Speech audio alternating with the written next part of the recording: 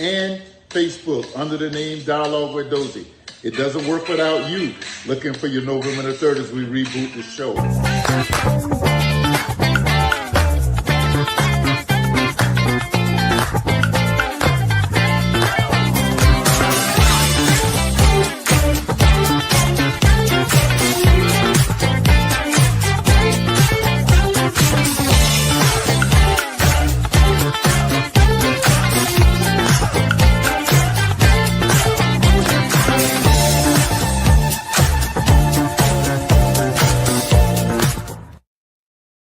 Let's get ready to talk now. It's Monday, 8 o'clock, 8 p.m.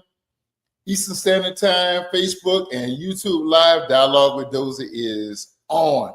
Listen, I need to talk to you, boy, tonight. Got a lot of stuff facing, trying to get through the show. We're going to talk about the show in a second. Let's kind of talk about some of the current events that's going on. My boy KD, I gave him the night off. Okay, don't tell him I said that.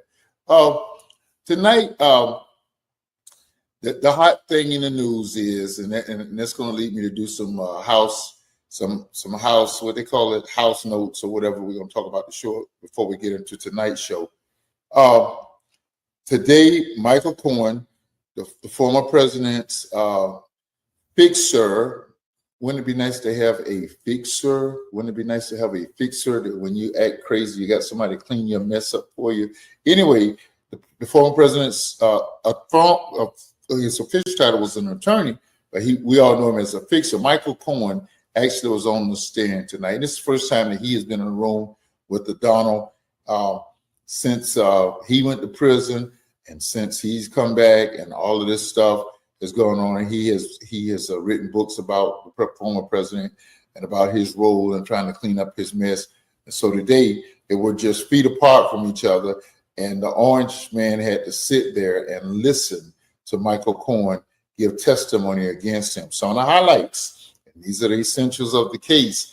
I'm a former law enforcement, former narcotics officer, and the thing that we had to do in any case, the big thing we had to do was get the elements of a statute.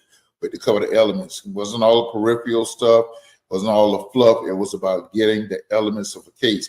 And this case that Melvin Bragg has put together it's not Melvin Bragg, it's put together in New York, centers around the fact that money was stashed and it was kept quiet, so the voters of the United States of America would not know about one of the indiscretions of the president, and that he hid that.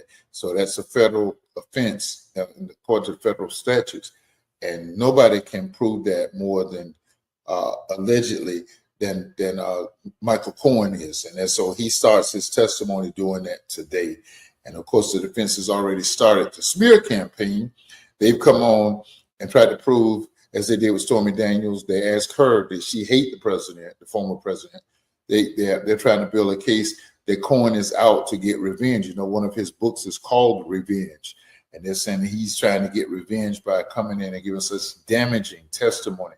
The whole case really hinges on some of the testimony that Michael Cohen is giving. Some of that testimony is, in fact, that President Trump made statements, former President Trump made statements explicitly that he was paying Cohen back for having paid Stormy Daniels to shut down and to pay her hush money, in other words.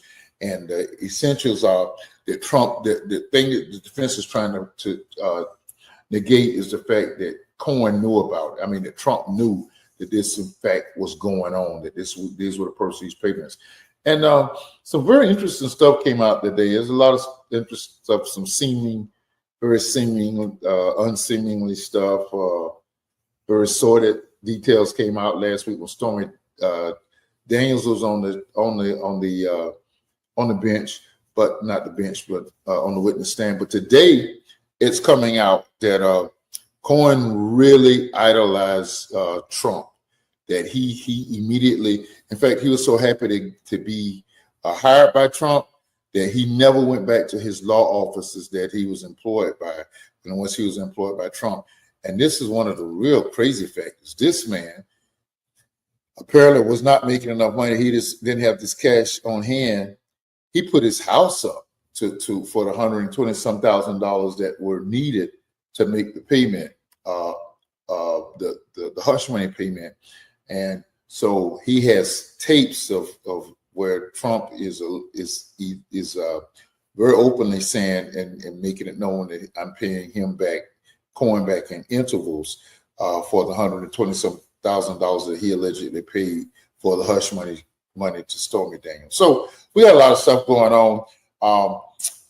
I am pivoting tonight. I know we were going to talk about the Martin show. That's how the show was marketed. We were going to do the Martin show. We're going to do a look back at the Martin show. But can a brother just be tired? That's what I am. Up until showtime, I almost asked the producer, let's pull the trigger on tonight's show. Let's do a rerun. I am just dog dead tired. Football season, spring season hit me on last week, and it hit me with a vengeance. I don't know if you know, but it is 90 plus degrees down in South Florida. And it was so hot that, in fact, when we took the field, we were, according to new limits of the county, we were only allowed to practice for an hour. And that changed once we got out the heat factor. It wasn't the temperature, but it was the heat index lowered under the limit. And thankfully, our new head coach was cognizant enough of the heat. And of course, it was replete with many water breaks. But the one thing that he did was he kind of ended things because he ended practice a little early because it was just simply too hot. It was hot out there. So I'm worn out from the sun. I'm probably not as young as I used to be. And that's probably one of the things that contributes to me. So we pivoted from the Martin show because I don't want to do a half show. I wanted that to be one of our better shows. I want it to be like the Dallas Look Back as we look back at some of these shows. I wanted to ask you, we've scheduled 2 O.J. Simpson shows in November and in June. We scheduled the show to talk about the actual what actually happened, and we're going to do a lot of look back at O.J. Simpson before he became this very infamous. Before he became the pariah of America, when he was America's darling, he was in our living rooms on TV making the Hertz commercials. In fact, yeah, I see the smiling face. Yeah, Mac, I know we're doing that next week. But so before the events of June of 1994, OJ was I can still see the commercial. Go OJ, go, and we'll show that when we do the OJ. So we're doing a 2-part show. The first show is to talk about OJ himself, one of the greatest running backs in the history of the NFL and college football, one of the greatest college football players of all time out of Southern Cal. But we're going to look at that. We're going to look at the horrible murder scenes. And Madam Producer, there's a story that we're going to talk about when we get to that program.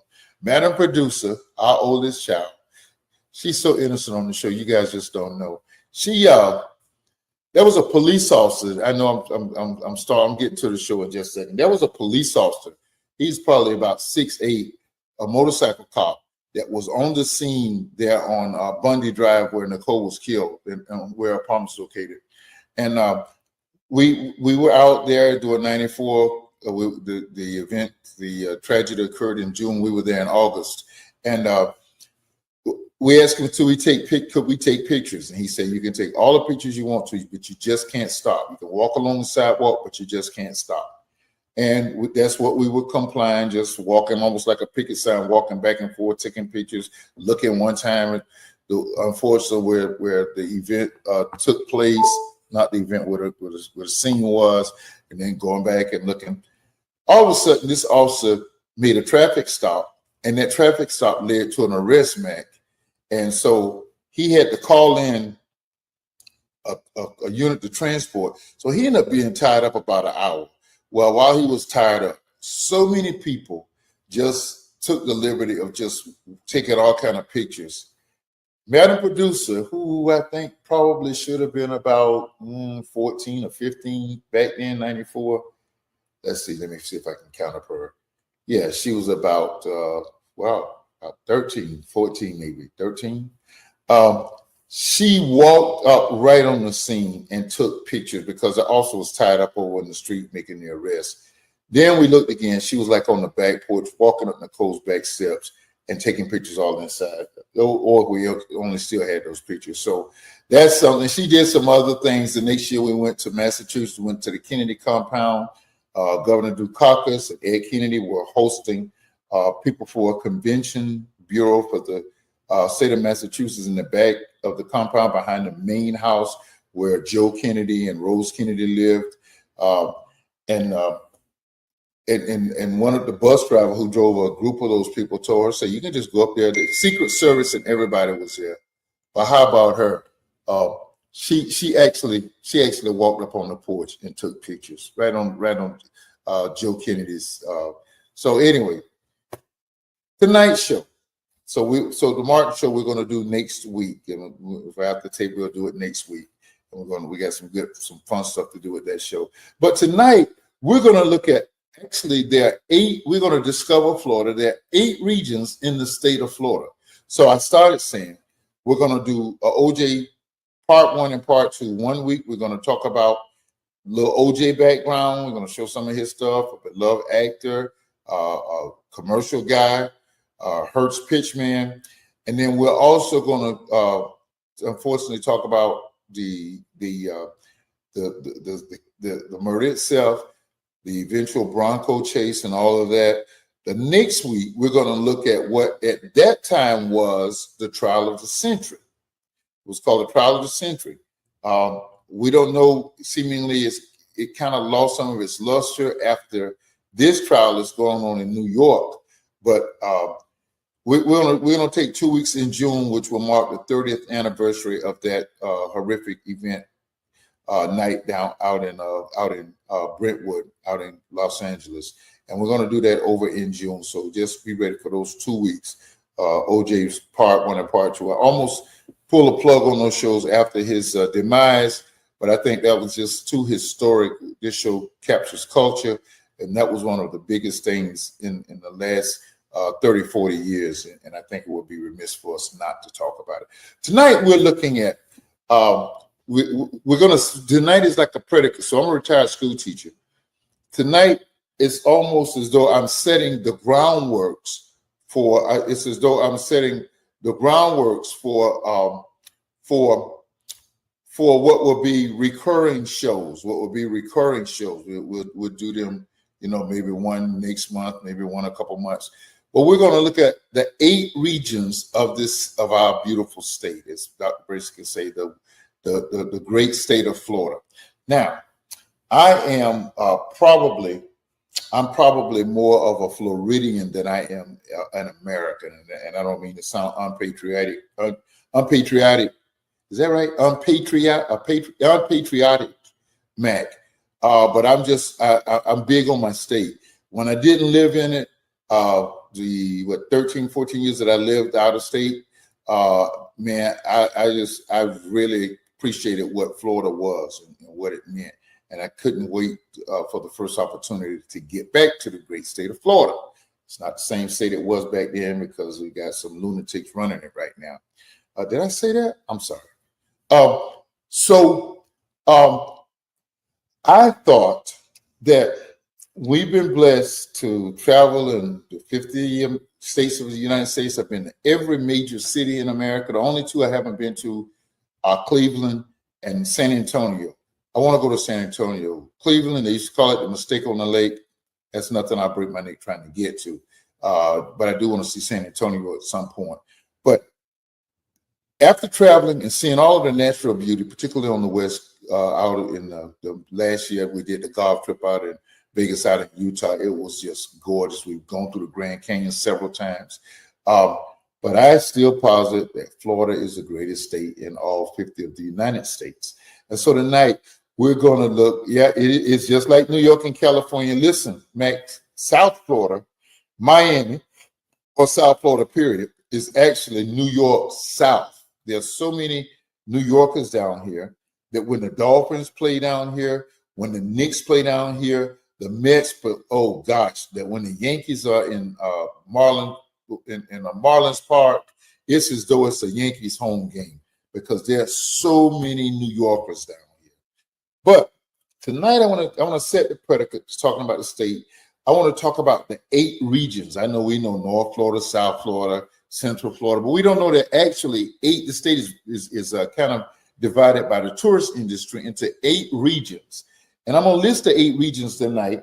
And after listing them in recurring shows, we're going to talk about what's the best region for vacation, what region has the best economy, what region gives you the best, where do you get more bang for your buck as far as the cost of living, the housing prices. Certainly ain't South Florida, I tell you that.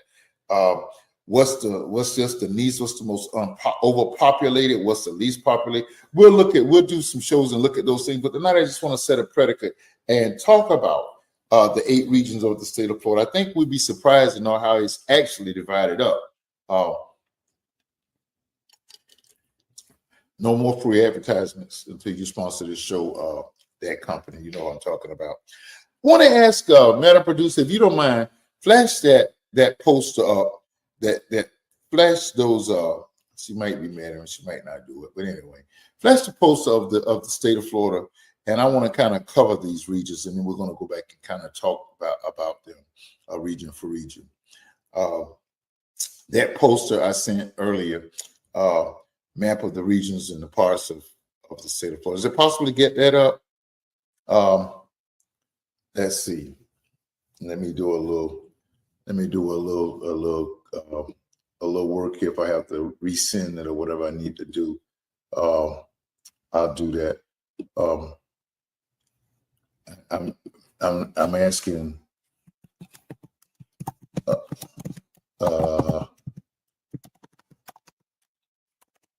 Seeing if she can get that up for me.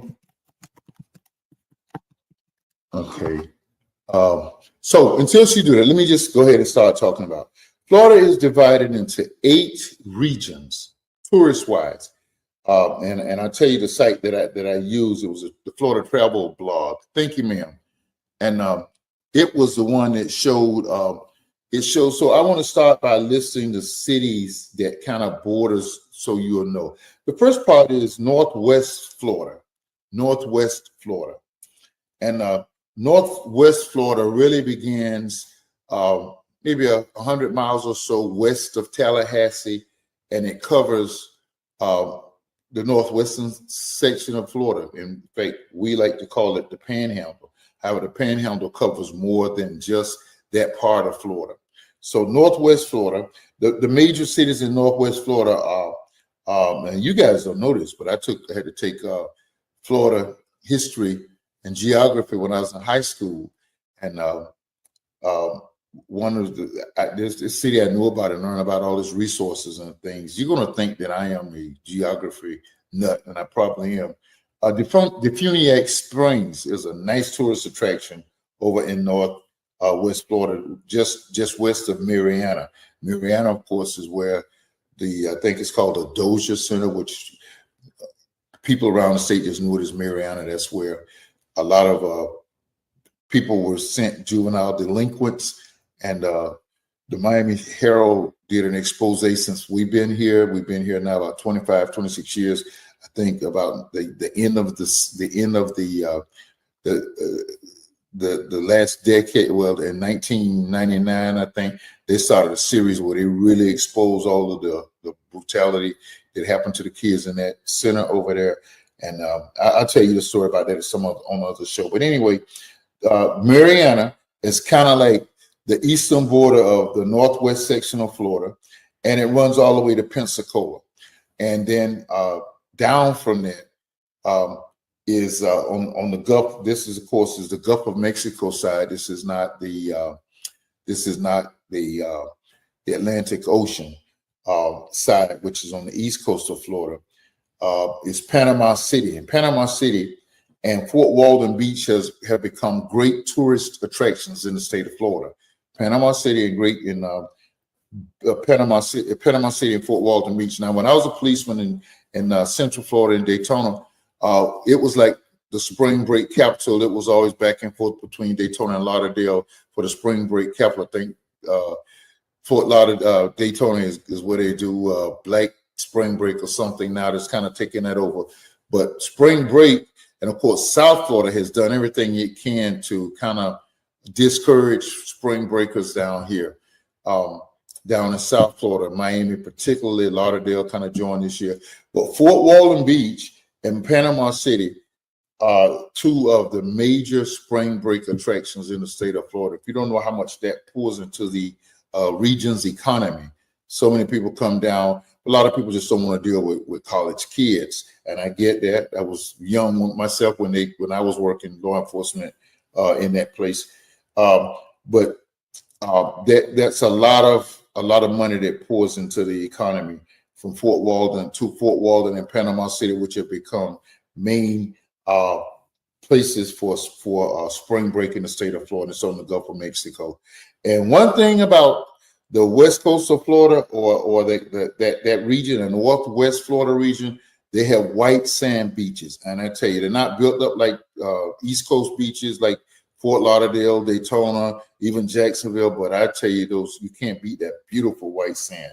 So the northwest section of Florida is kind of bordered from Lake City, like Apalachicola, over to Pensacola, and that's the northwest region of Florida. Now, before we head to the break, I want to cover another region. There are 8 regions, and again tonight I'm just giving a scant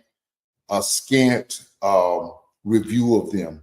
The next one is you see the brown area. That is the north central state of region of Florida, and that covers. And I was really surprised at these boundaries.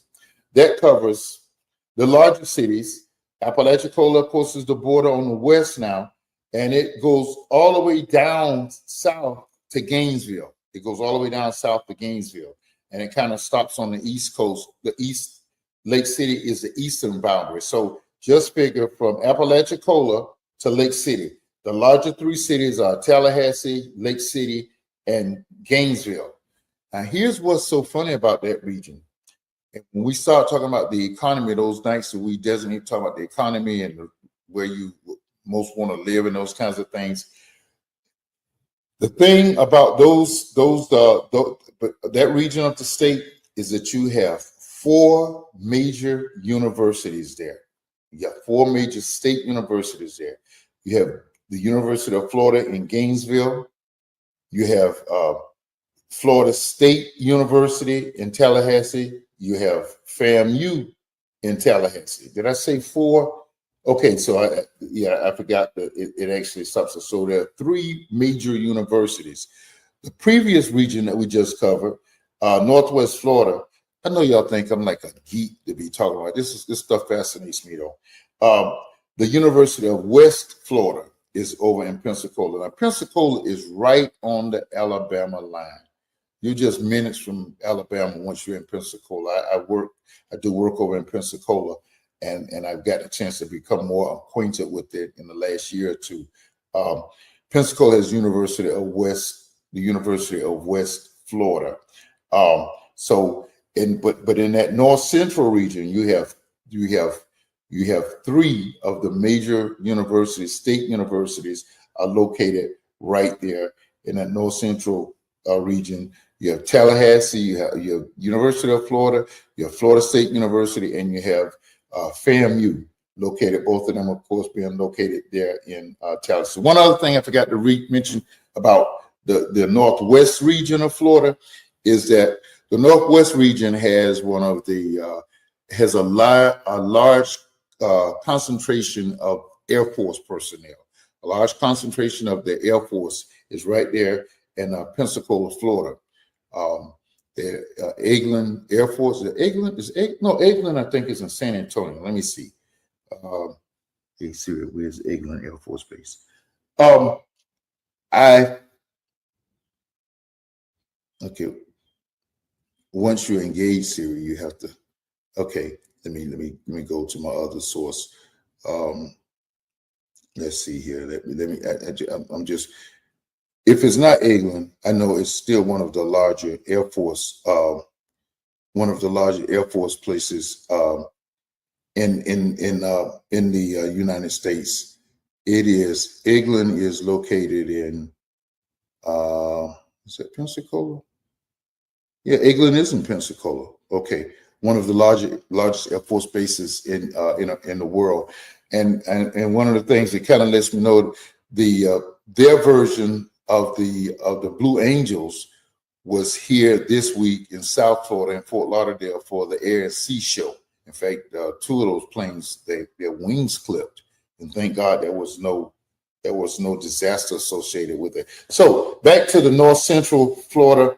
That's one of the things about that. And of course, I'm just skimming this. We'll talk more specifically about economics.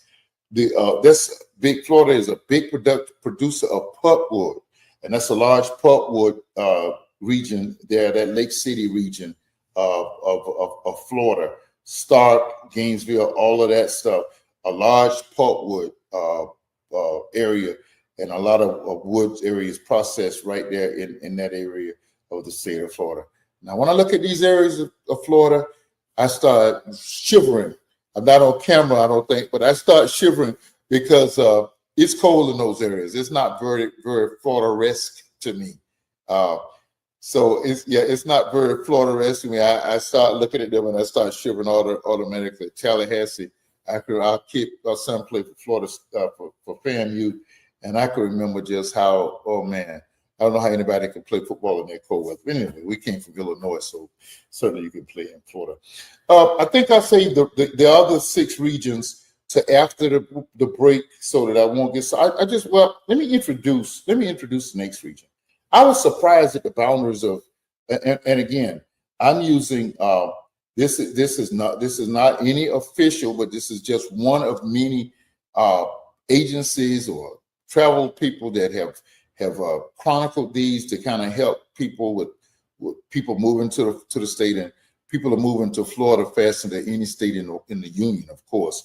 And so this kind of helps people to understand where, what's located and where. The next region that I probably would be talking about is I want to talk next about Northeast Florida. And let me just tell you real quickly what the boundaries are. The boundaries of Northeast Florida are Fernandina Beach all the way down to Melbourne. And that really surprised me. I thought that Melbourne area and all of that Daytona, all of that area would be more like Central Florida, but it's looked at as the Northeast Florida section. Again, this is how the Florida Travel Blog, this is how they have categorized it. Everybody else may not look at it like this. Thank you for the shot, Madam Producer. I appreciate that. I want to come back and talk about that region after the break. Let's go to break. We got a lot to talk about.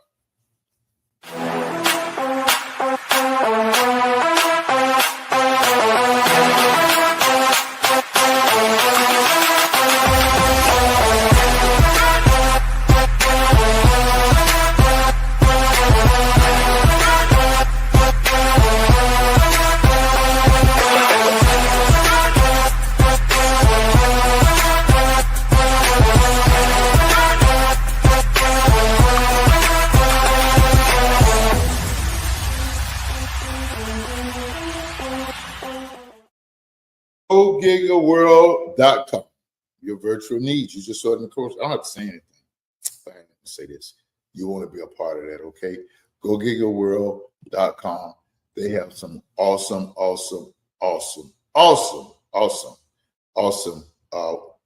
products, your web building, all of your virtual needs. They got you. All you got to do is contact the two Latoyas and Markia and the rest of their team. They will hook. They got the hook up for you. Hook them up and check them out, okay? Bro Marcus, welcome aboard. I hadn't seen you in a while. Good seeing you, my brother. So good seeing you. There are a couple things we want to do here before we go back to the show. Yours truly will be appearing on Thursday night. Thursday night is when I do Bible study, but we're gonna pivot over and do because I think very strongly about this, and God has dealt with me about this. Something that I need to. I'm going to be talking about dealing with prostate cancer as a prostate cancer survivor. Hello, Miss Linda. I was asked to be their guest, and I saw their show last Thursday night, they had a sister that talked about lupus. They're doing a series on health things, particularly in our community. And I think this needs to be blown up, and more people need to see this across the world. And I'll be sharing with you about the prostate cancer journey. And just check us out on the Gold Square podcast. You can get it on Facebook, YouTube, on Miss Linda Scott's personal page, and check that out.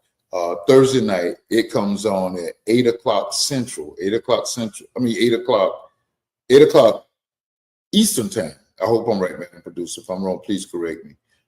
8 o'clock Eastern time. And so we'll be taking a hiatus from Bible study this week in order for that. Check us out. They have called this show Nut to Crack, and that's to dealing with, particularly in our community, prostate cancer and all of its damaging, and to say to you that it does not have to be fatal. I'm a living witness by the grace of God. Okay, I got somebody I got to deal with on this show at this point before we move back into the show. And tonight is a dang dog.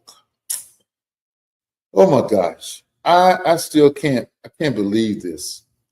Tom Brady, who's not hurting for money, you know. He's not hurting for money. No, he didn't get all the money he could have got in the heart of his career at the New England Patriots.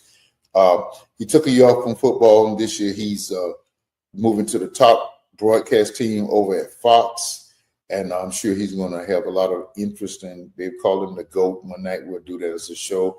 I still remember Bradshaw and Staubach. But anyway, they had a roast, and it was hosted by Kevin Hart on Netflix a couple weeks ago, and it has gotten a lot of attention. It's pretty controversial, and one of the well, there were two areas, and I want to talk about it. I mean, really, Tom? Dang, dog, did you have to have a roast? I mean, you're constantly in the news. Anything you do, they talk about it. If you scratch your forehead, they talk about it. You're going to be on TV shortly. Every week, you're going to be in America's living rooms on the top broadcast team at Fox. You'll get the top game every week.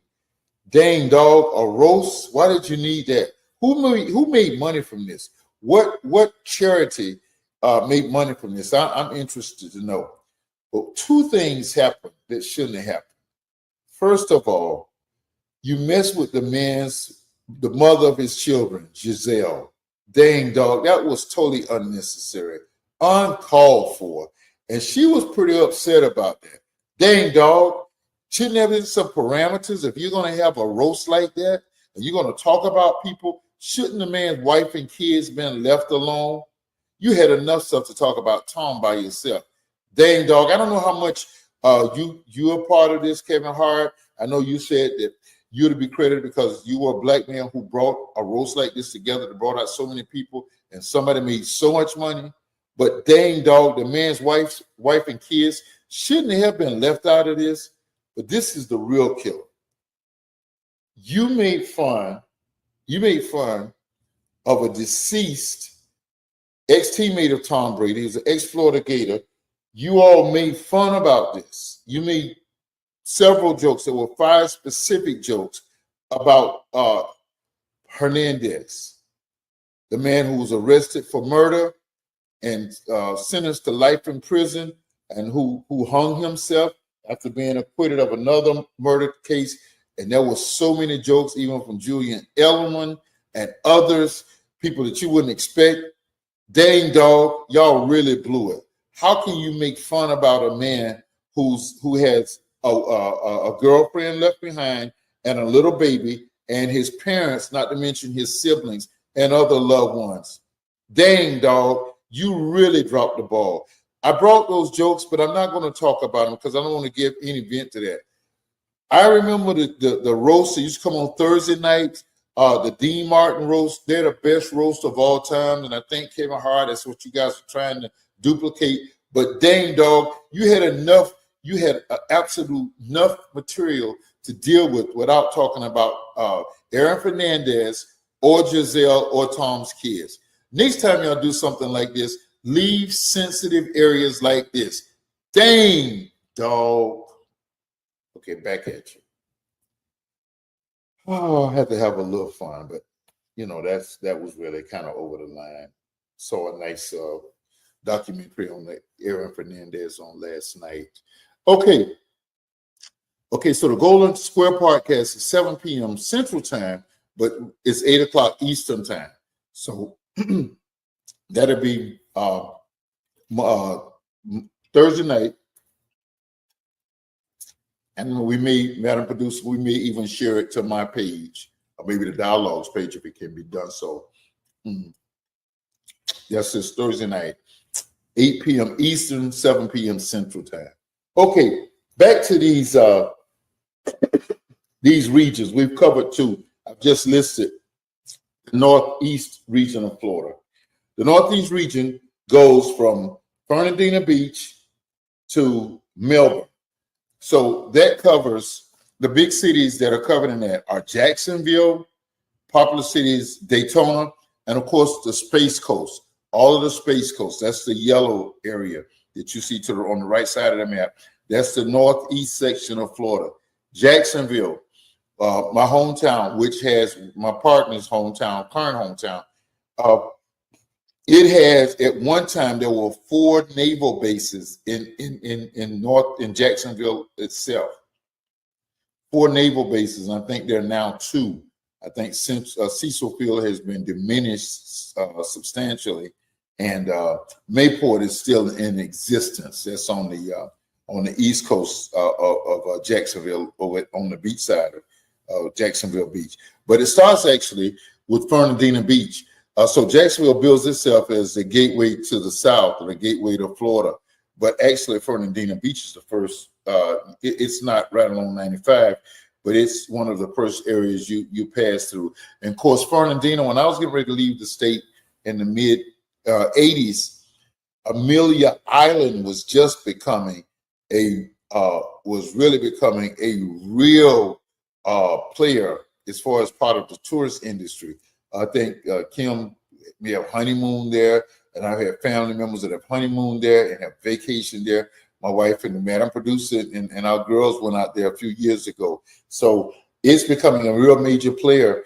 It just goes to show you, like Naples. Naples doesn't have to be real large, but it has become a major player. Yes, I'm glad you said that. American Beach. That was where, when we couldn't go to Jacksonville Beach, Neptune Beach, and all them beaches, yeah, that's where black people had to go. American Beach. We went to American Beach, and we did have Little Talbot Island there in Jacksonville. That was a little area that was cornered off from Jacksonville Beach for blacks only. You want to know how I know about it? Because it was during my lifetime, and I'm only 7 years old shortly. That was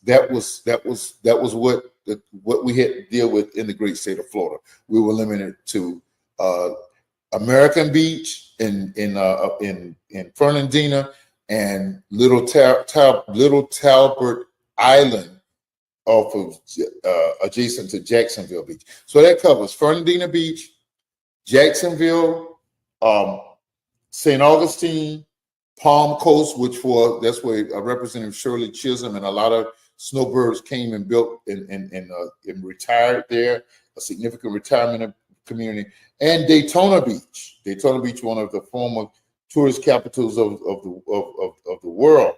And of course, there's the Space Coast, all the way from the Space Coast is from Titusville to Melbourne, which entails Cocoa Beach, which is where Cape Canaveral is. And so that's why it's called the Space Coast. So that's called Northeast Florida. I always thought Central Florida, and when we talk politically, we talk about the Central Florida corridor, which goes from Daytona all the way across to Orlando, all the way to Tampa. But this website has made 8 regions of the state of Florida and broken into those 8 regions. So remember, we're going to go in more detail, talk about where is the most desirable place to live, where is it more financially feasible to live, what's crowded, where areas to stay away from, where the housing industry, where the jobs industry. We'll talk more about that, but I just want to set a predicate tonight by talking about these regions So when we talk about these special essential elements, we'll say, okay, we know where that is. The next region is Central Florida, and I'm a little surprised at what was Central Florida. Another part of Northeast Florida was Palatka. Palatka was another part of Northeast Florida, but I'm surprised. Central Florida is, of course, Orlando, Kissimmee, as far south down to Avon Park, and actually Palatka is in the Central Florida region. But of course, the big area of Central Florida is, of course, Orlando, and it kind of begins at Ocala. Right outside of Gainesville. We want to again. So you have another one of the state's larger universities. My alma mater, in fact, the University of Central Florida. The University of Central Florida. Toya says that they did an amazing tour of American Beach. I heard about the fun. I'm gonna have to go there. When then I'm gonna have to steal away and go there. Max says screaming is often about who can be the most controversial. Okay, yeah, that's what it is. You're right about that, Mac. That is exactly is. That's how they're just like Shark Radio, the Greaseman, and Stern back in the day. That's what it is. It's about who can be the most controversial. So Central Florida is a region. The University of Central Florida in Orlando, where I ended up, I commuted from Daytona to Orlando to finish up school there. Central Florida, did you see designated in lavender? Orlando is Central Florida. University of Central Florida is the largest university, not the state of Florida. It is the largest university in the United States. Can you believe that? When I was there, I didn't finish. I finished junior college there in Jacksonville, and then I worked 7 years and finished up school to get over to grad school. I finished in '86, and it was still a small school. It still had small classrooms that were not filled. Now, when I started taking students there on college tours when I moved back to Florida, it has stadium seating for almost all classes, and they got graders. When I went there, the professors knew you by name. They knew you well. So kudos to Central Florida on your growth, University of Central Florida. And of course, one little mouse made Orlando go from being a city that was dubbed City Beautiful, which it is. It was a beautiful city and known for its beauty. In fact, downtown Orlando now, when you travel less than a mile, you will start seeing the orange groves on the right-hand side of the road. It kind of ran into, you saw those all the way down the Lakeland. I wonder what they did to compensate for all those. But that one little mouse that moved into South Orlando or West Orlando, Disney World, where we did grad night in 1974. I think the park had only been open 2 or 3 years at that time. By the way, I'm celebrating our 50th anniversary from high school.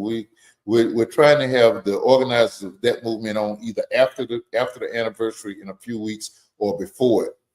If we can't, we're already booked. We may have to get them after to talk about it. But anyway, we did our grad night then. That was before you went to grad night and fight.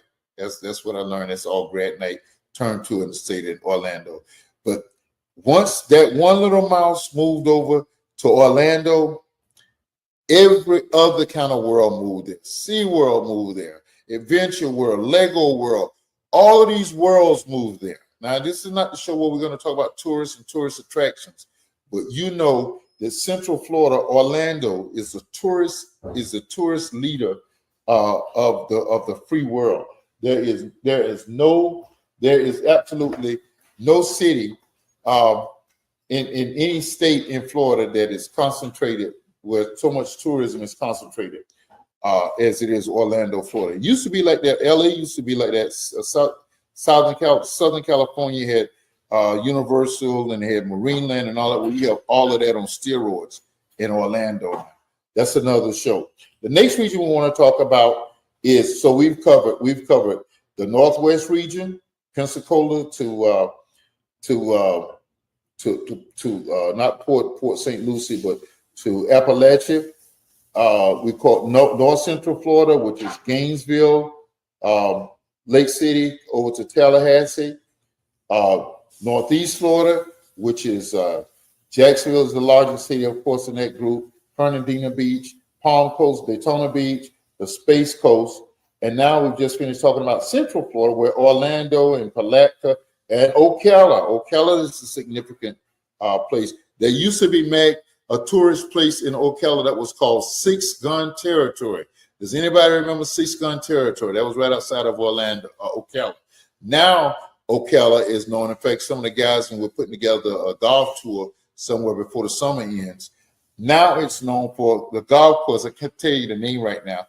There's a golf course in Ocala that has 18 holes are a replica of 18 of the iconic golf course holes across the country.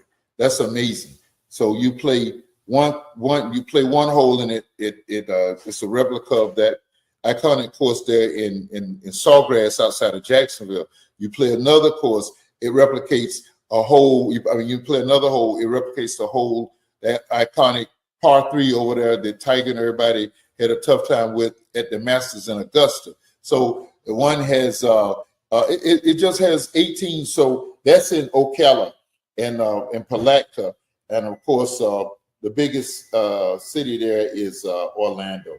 The next thing the next region of the state we want to talk about is West Central Florida. That's the green area of the state, West Central Florida.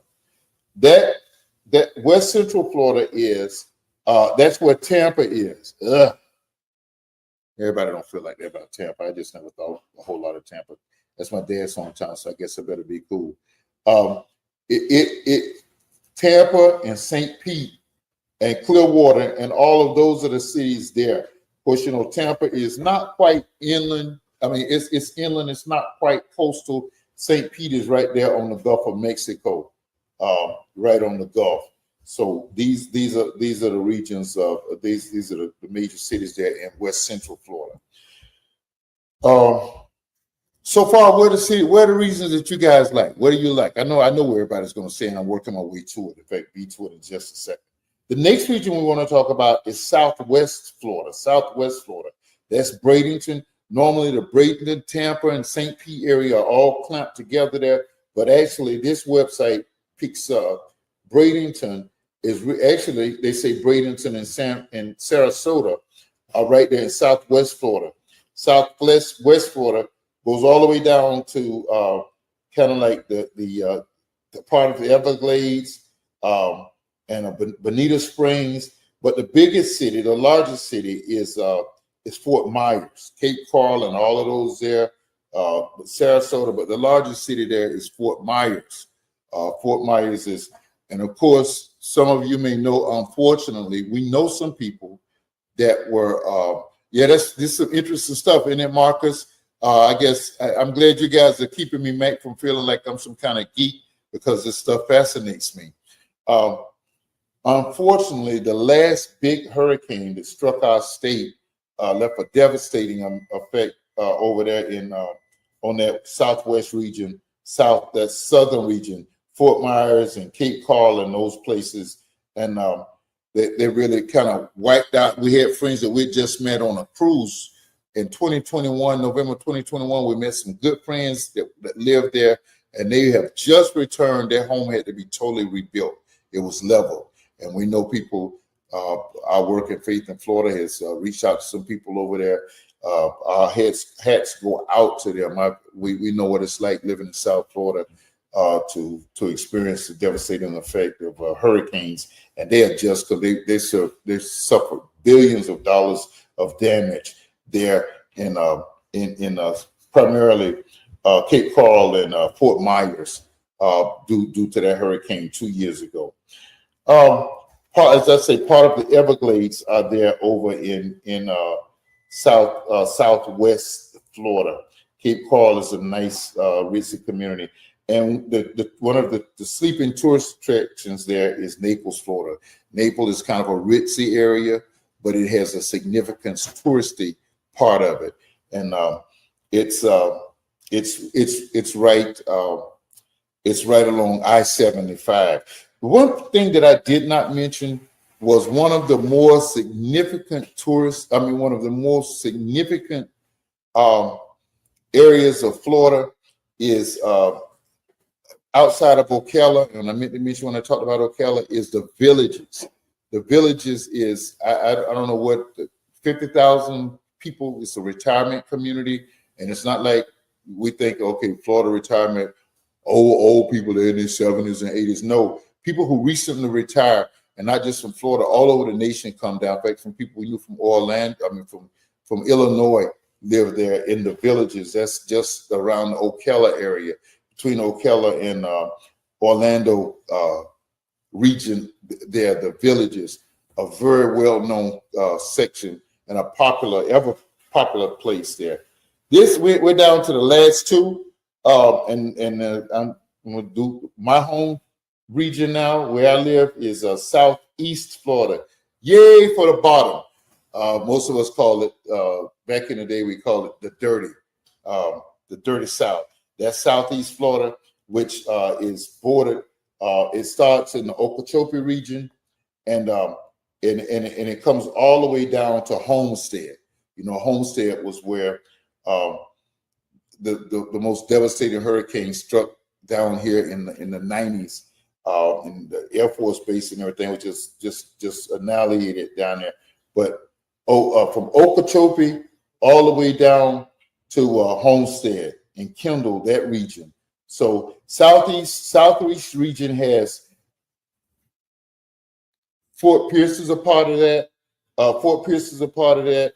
Port St. Lucie. All of those are part of some of the, most websites break that off and call it the Treasure Coast, and it's its own little region that Fort Pierce area all the way down to Jupiter and west all the way to Moore Haven. But that is that's part of the Southeast. This website makes that a part of the Southeast region.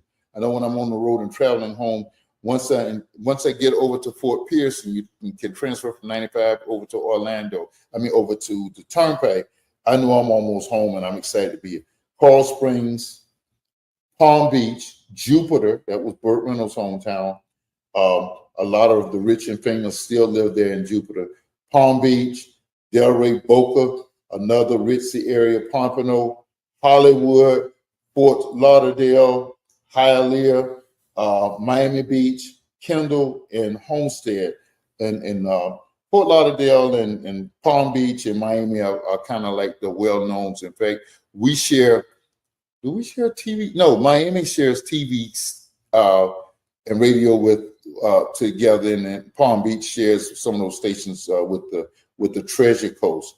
And so that's the Southeast region of Florida. And the final region is its own region are the Florida Keys. The Florida Keys, from Key Largo all the way down to Marathon and Key West. The Florida Keys, Key Largo down to Key West. Now that has that 8 Mile bridge. But before you ever get to the 8 Mile bridge, the Keys, the drive to the Keys is one of the most scenic drives in all of America. You're driving, it comes to a point where it's 2-lane, and you're just, it's kind of like riding on the bayou out in Louisiana. You are actually just feet from on one side the Gulf of Mexico, on the other side your feet from the Atlantic Ocean. You can see both bodies of water. One of the most fascinating, it should be one of the 8 wonders of the world, is when you're on that 8 Mile island bridge, that 8 Mile bridge, you can see where the Gulf and the Atlantic Ocean comes together. It is a phenomenon. The Gulf, the waters of the Gulf are more gray, bluish gray, and the waters of the Atlantic are more aqua. You can see them actually coming together. I hope you can see my hands.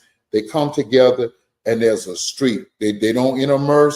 It's just like one street, like there's like a dividing line. And you're on that bridge, and you can see that it's one of the most phenomenal things you can ever see. Okay, let me do this real quick.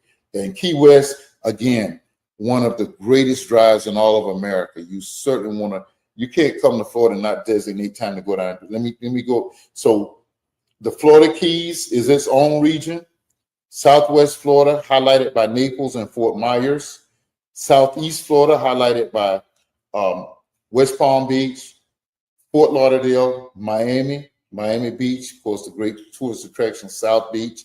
Northeast Florida, bordered from Fernandina Beach, Amelia Island, down to the Space Coast of Melbourne. Central Florida, Palatka and Ocala, all the way down to Winter Haven and Avon Park. That's the purple area you see in there. And then West Central Florida, that's Clearwater, St. Petersburg, and Tampa, all the way up to Bradenton and Cedar Key. The next area is North Central Florida. That's Tallahassee is the largest city there. That's where most of our state universities are. Gainesville, Lake City, and of course the Northwest Florida, which is Apalachicola, Defuniak Springs, Panama City, Fort Walton Beach, and of course Pensacola over the sides. This is a vast state. Tonight, all the dialogue I want to do was just kind of lay out for you. Toy said we did an amazing tour of American Beach. Yeah, I've heard about it. We really got to go there. So maybe the next thing, when we look at this map, the next time we're going to talk about the tourist attractions in Florida. Why would you visit the tourist attractions in each state? That's what we'll talk about the next time we do this, maybe sometime over in late June. This has been fun tonight. This was a nice pivot. Next week, Matt, we will do the Martin show. We're going to go back to the Martin show, and we're going to look at that as we reach back to that.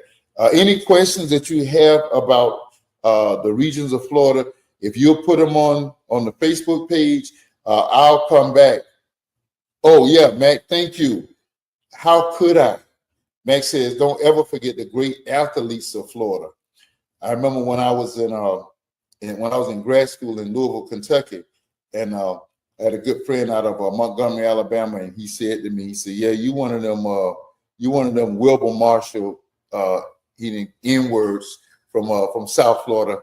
And at the time, I wasn't from South Florida, but there's a kind of a boldness and a brashness, as you know, Mac, for those of us who live in Florida. It's just kind of like, we're pretty proud of our state and where we come from, even though it's kind of some crazy things going on here now.